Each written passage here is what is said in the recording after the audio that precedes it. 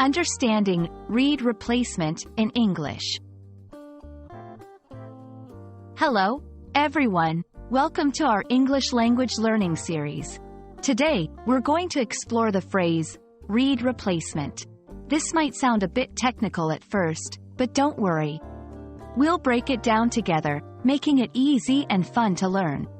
So, let's dive in and discover what read replacement really means. Read replacement consists of two words, read and replacement. A reed is a thin strip of material that vibrates to produce sound in some musical instruments. Commonly, it's found in instruments like clarinets, saxophones, and oboes. Replacement, on the other hand, refers to the act of taking something out and putting something new in its place. In a musical context, reed replacement usually refers to the process of changing an old or damaged reed with a new one in a wind instrument. This is a routine part of maintaining such instruments. The quality and condition of the reed can greatly affect the sound produced, so musicians often have to replace their reeds to ensure optimal performance. Interestingly, reed replacement can also be used metaphorically.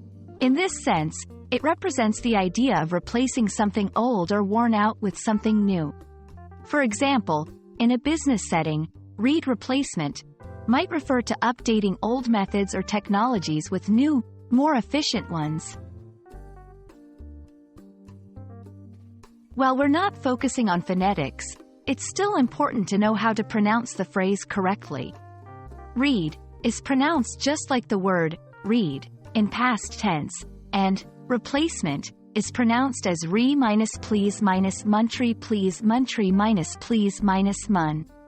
Remember, the phrase is usually used in specific contexts, such as music or metaphorically in various fields.